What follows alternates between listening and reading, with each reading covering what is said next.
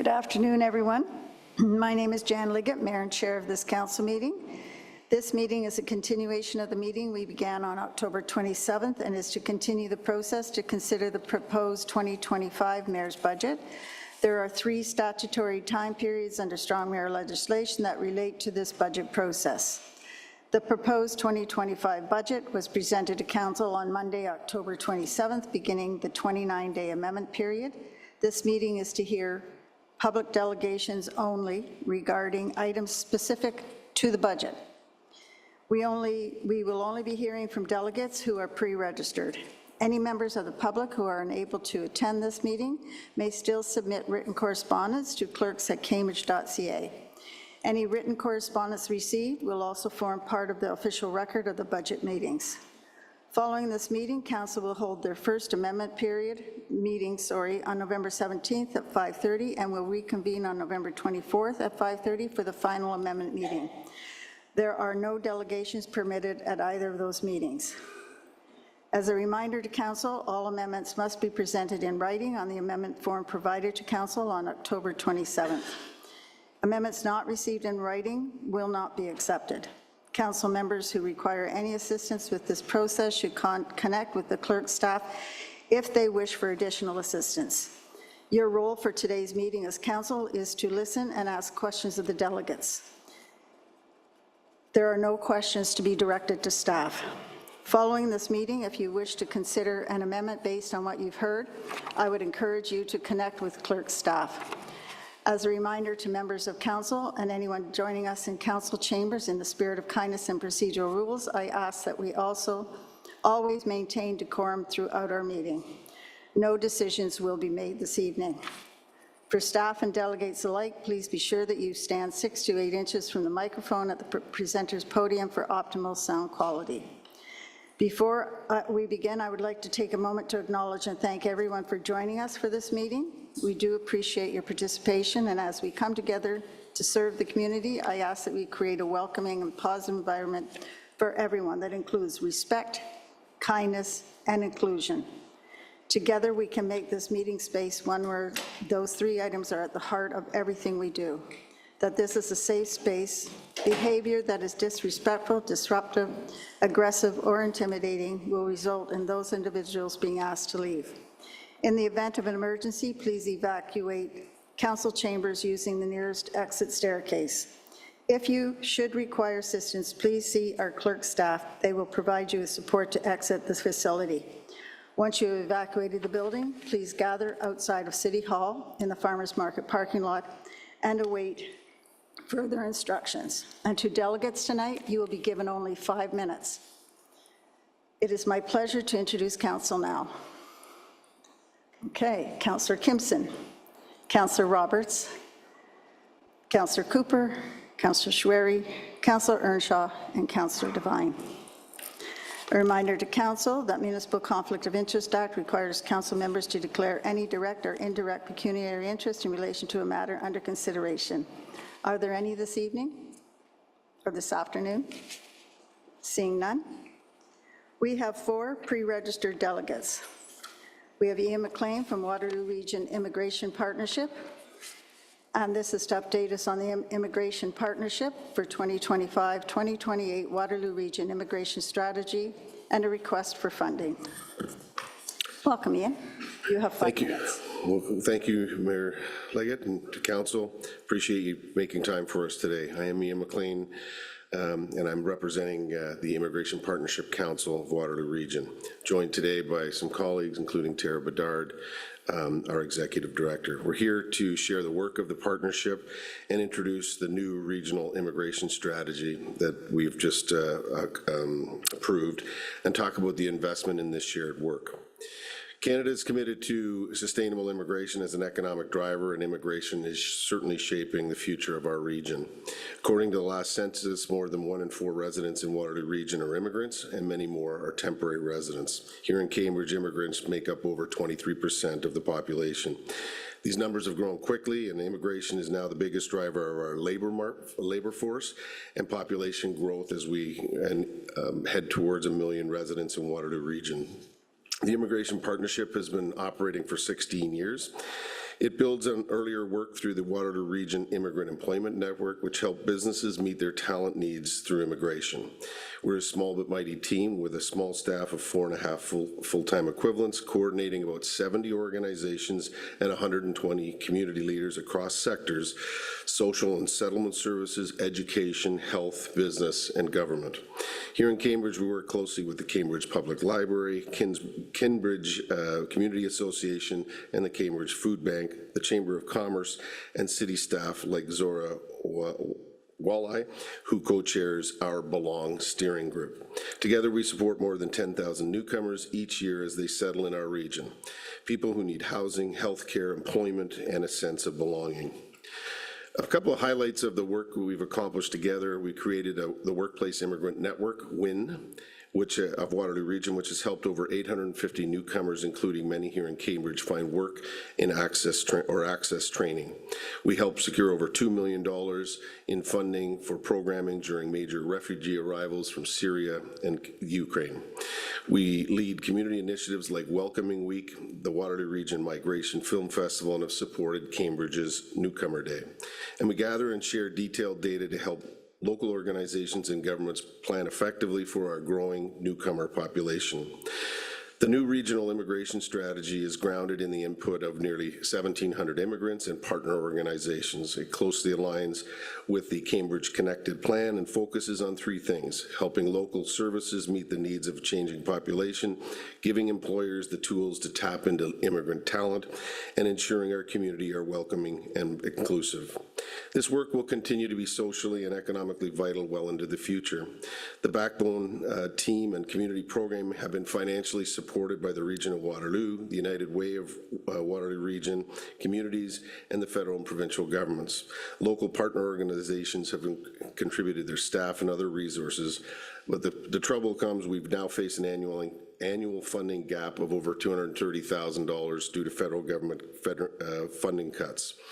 So we're seeking out new funding and are pleased to report that we've already received $50,000 over the next 2 years from the Waterloo Region Community Foundation, and we've made these similar presentations to other councils, and we still yet have to get to the City of Kitchener. But today we're asking the City of Cambridge to do two things. One is endorse the Immigration Partnership's 2025 Regional Immigration Strategy and align with its goals.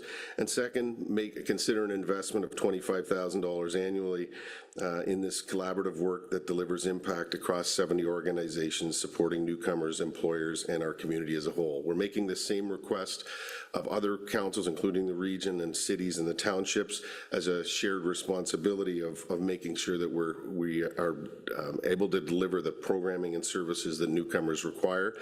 And we'll use and leverage those dollars that we get from the public sector to ensure that I'm able to go out to the private sector and leverage those dollars to get the private sector to help fill that gap. Thank you. Councillor Devine. Yes, and through the chair, thank you very much for your presentation. How many full-time employees do you have? 4.5 full-time staff. Full-time staff? Mm-hmm. Okay, thank you. I see no other questions. Thank you, Ian. Thank you. Next up is Joe Popolo. This has to do with the plan of future capital infrastructure funding dedicated to project servicing lands in North Cambridge, the regional airport, and future east side land developments. And Joe, that I ask that you keep it to the budget itself. Of course. And I will keep my words succinct in that regard. Thank you, Council, through the chair. Thank you for having me here today just to speak specifically about matters of the Council. What I would like to speak about was future capital works effectively from Speedsville Road from Maple Grove up to Middle Block, specifically in a provincially significant economic zone. I've been working for the past 5 to 10 years with a collaboration of other developers who have been helping to develop the provincially significant economic zone, specifically around Intermarket Drive and Middle Block area. And as Council will have seen, there's been a huge, tremendous amount of growth in there and new employment lands. We'd like to have the same consideration for capital improvements along Speedsville Road. We understand and recognize that's already in the budget for at a future stage. We would like advanced consideration to potentially advance projects along there. In lieu of that, if there's not an ability to advance those projects, immediately work collaboratively with other municipal partners, other regional partners, both at a provincial and federal level. I will be submitting a written submission. The reason why I haven't submitted it yet is obviously, as everyone is aware, the new federal budget has become available very shortly. So I will be including components of that is looking as a possibility to help fund these initiatives and get things going. So I think this is a key moment in time in our geopolitical situation that we find ourselves in the world. We have both provincial and federal ministers doing trade missions looking to bring advanced manufacturing. We have a lot of advanced manufacturing already in Waterloo Region. We have data centers. We have a lot of new high-tech and innovative things that will create the jobs for the future. The provincially significant economic zone in North Cambridge needs to be totally serviced in order to unlock that potential, both in the vis-a-vis tax base, but also new high-paying jobs that will not only serve the local community of the City of Cambridge, but the entire region. So my ask is quite simple, either looking to advance capital funding sooner for some of those projects to unlock those lands, both in the City of Cambridge, but also lands owned by the province. And in lieu of that, working with the partners that I mentioned, both the region, other municipalities, the province and the federal government, in order to unlock additional funding for infrastructure for these nation building, or in our case, region building activities. So thank you very much. Are there any questions of Joe? I see none. Thank you. Next up, we have Heather Emberley from Tocon Holdings, concerns about the stormwater fee structures. She will be virtual.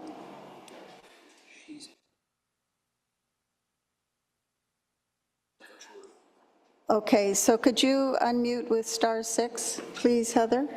And please keep this to the budget. Okay, you can hear me now? Yes. Okay, perfect. My name is Heather Emberley, and I represent a property management company here in Cambridge.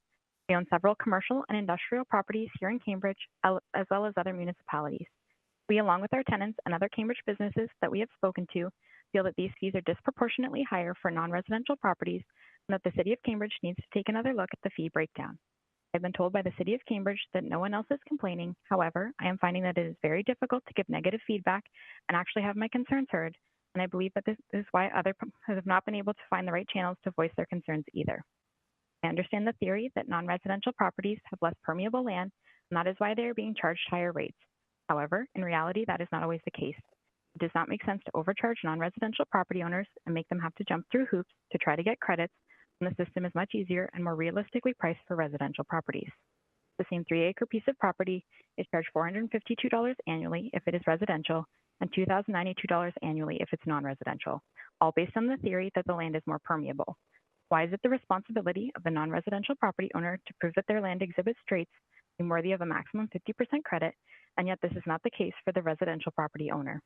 The full 50% credit would still cost $1,046 annually, which is still more than twice that of the residential property for the same size.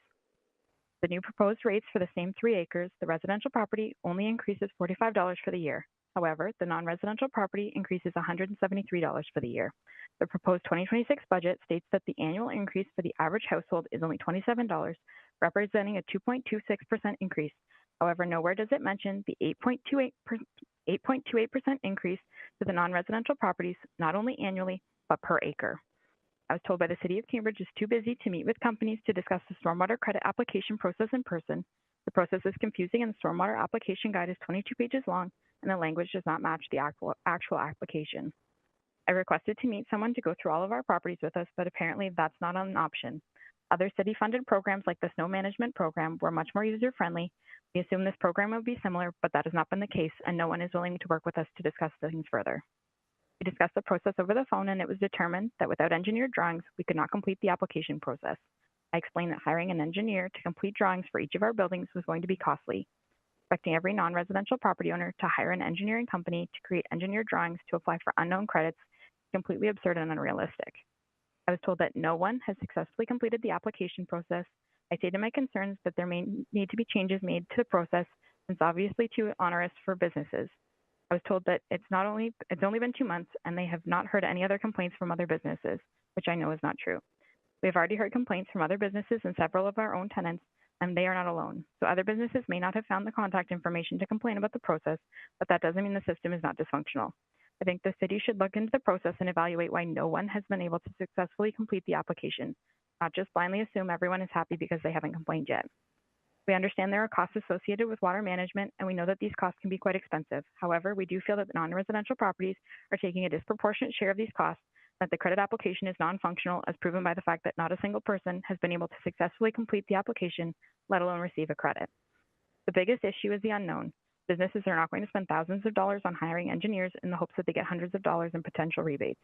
A program that directly works with property owners to develop plans with them to input systems in place to reduce their impact on the stormwater system, where the financial benefits are calculated before the expenses are incurred, would be much more enticing to the property owners and would yield much better participation in reducing stormwater costs to the city. A lot of consultants were hired to discuss this program, but it seems to be missing some input from the end user perspective. As it is, the current program feels like a cash grab, not actually focused on reducing the city's stormwater costs, but more on collecting fees and pretending there is a credit program available. I would like to think the end goal for both property owners and the city of Cambridge would be to reduce the costs incurred by stormwater. Every single city employee that I have spoken to has been dismissive and their feedback perfunctory at best. You have You have less than 1 minute left, Heather. Okay. I have not felt that my concerns were listened to by a single person that I spoke to. I've been getting a lot of "it is what it is" responses. I feel like I'm a child being told because I said so from a parent without actually listening to our concerns. Throwing tens of thousands of additional costs at businesses cannot just be shrugged off with an "it is what it is" response. The assumption that businesses can afford these additional fees is just not the case. Times are tough right now, given the way of the world, and Cambridge businesses cannot afford to absorb these significant additional costs. In summary, I have two main concerns with the imposed stormwater fees: the disproportional breakdown of the rates between residential and non-residential properties, and the functionality of the stormwater credit program, or at this time, the essential lack thereof. Thank you for your time. I look forward to discussing these issues further and would love to give feedback with regards to ways the program can be improved to be more conducive to the non-residential property owners in the city.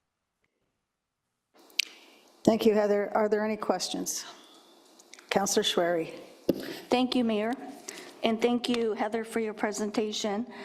So I just wanted to clarify, you're saying that the documentation for you to get a credit is very cumbersome, hard to read, and also there's a fee that you have to pay to an engineer to get the proper drawings that the city wants? Yeah, so in speaking with the representative that I spoke to at the City of Cambridge, that's, say, a 8-step process that you have to go through online to fill out, and at about step 6, it requires you to submit your engineered drawings. So if you didn't already have engineered drawings, you would have to go out and hire someone to do those engineered drawings for you. All right, thank you. May I ask staff a question? No, all right. All right, thank you so much. Thanks. Staff are here to take everything away and deal with it. Thank you. Next up is Nina Deeb, concerns over DC fees, library funding, stormwater fees, water fees, infrastructure fees, funding, and you only have 5 minutes, so I hope you're able to do that, Nina. Thank you. Good afternoon, Mayor and City Council. Regarding the property tax increase of 4.86% for the City of Cambridge taxpayers, 1% infrastructure renewal levy, which began in 2024 to address the $157 million infrastructure funding shortfall that we are going to be experiencing over the next decade. We also have stormwater management costs, which are being funded as a utility rate. Water utility budget increase of 4.21%. On page 41 of the budget, we are compared, the City of Cambridge is compared to 10 other cities.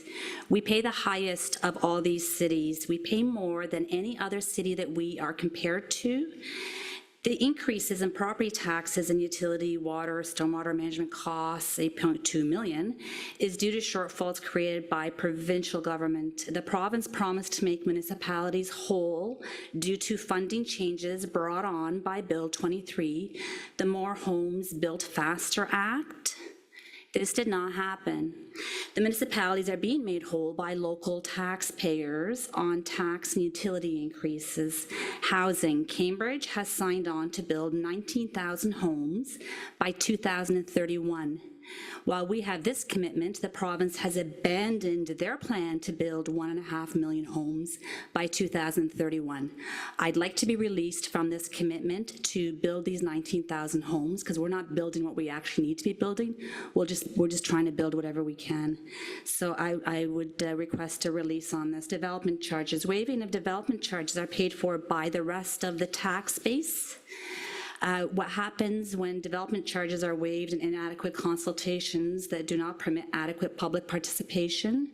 This has resulted in a $13.7 million development charge shift that was paid for by local taxpayers. I'm one of those taxpayers. Taking legal action after the DC invoice was paid would not have occurred had it not been a rushed and flawed process by MZO. MZOs are a bad idea paid for by local taxpayers that host them. The jobs that were cited are not there. The libraries need to incorporate a program to include the work of authors within their municipality. This is now centralized through a digital system that is not traceable. An author makes their submission and nothing happens. There's no correspondence, confirmation of receipt, or communication. We should be hosting our local authors, that live in our municipality, in our municipally funded libraries. We need to request larger fund transfers from the province. The province collects land transfer tax, PST on new homes, and shares in the capital gains with the federal government. The province has a $232.5 billion budget. They have a lot of money and they're spending a lot of money. The taxes they collect on local real estate must be returned to the municipalities that have the job of housing and infrastructure. When the province downloads the responsibility to deliver services to municipalities and keeps the taxes collected on the same item, the municipalities will have to, no choice but to increase taxes. We need the taxes to provide the services and infrastructure to enable housing, transit, and everything else that our municipality needs to grow for our citizens to prosper. There are many positive points that are addressed in the budget. I don't want to sound like I'm all negative.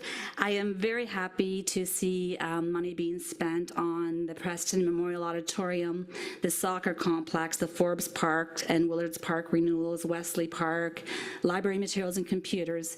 So as far as the budget, it isn't all negative. There are some very positive things in here. And as far as where I don't want to see taxes coming from, I don't want to see these big increases for our local taxpayers. I would rather see this money coming from the province, and the province likes to write checks. They love writing checks, so we should be asking for bigger checks from the province and getting a release from this 19,000 homes that we signed on to. I still want the funding from them, though. Thank you very much for having me here this afternoon. Does anyone have any questions of Nina? I see none. Thank you. So that concludes our delegations for this afternoon. We will reconvene at 5:30 this evening for our next list of delegates. So you can go home or go to your offices and work.